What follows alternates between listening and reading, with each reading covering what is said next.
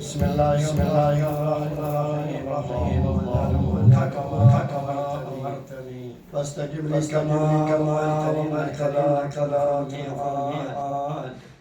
اللهم صل على محمد وآل محمد. اللهم صل على محمد وآل محمد. اللهم صل على محمد وآل محمد.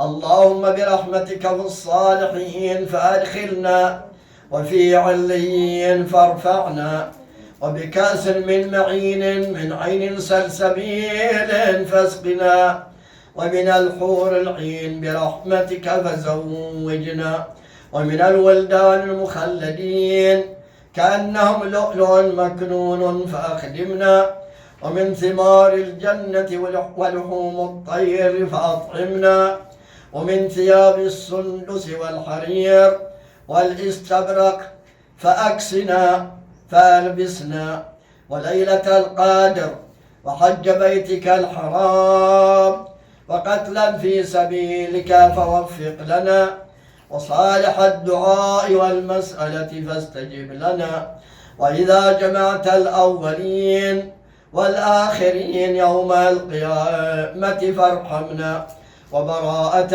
من النار فاكتب لنا، وفي جهنم فلا تغلنا، وفي عذابك وهوانك فلا تبتلنا، ومن الزقوم والضريع فلا تطعمنا، ومع الشياطين فلا تجعلنا، وفي النار على وجوهنا فلا تكببنا، ومن ثياب النار وسرابيل القطران فلا تلبسنا، ومن كل سوء يا لا إله إلا أنت بحق لا إله إلا أنت فنجنا يا أرحم الراحمين.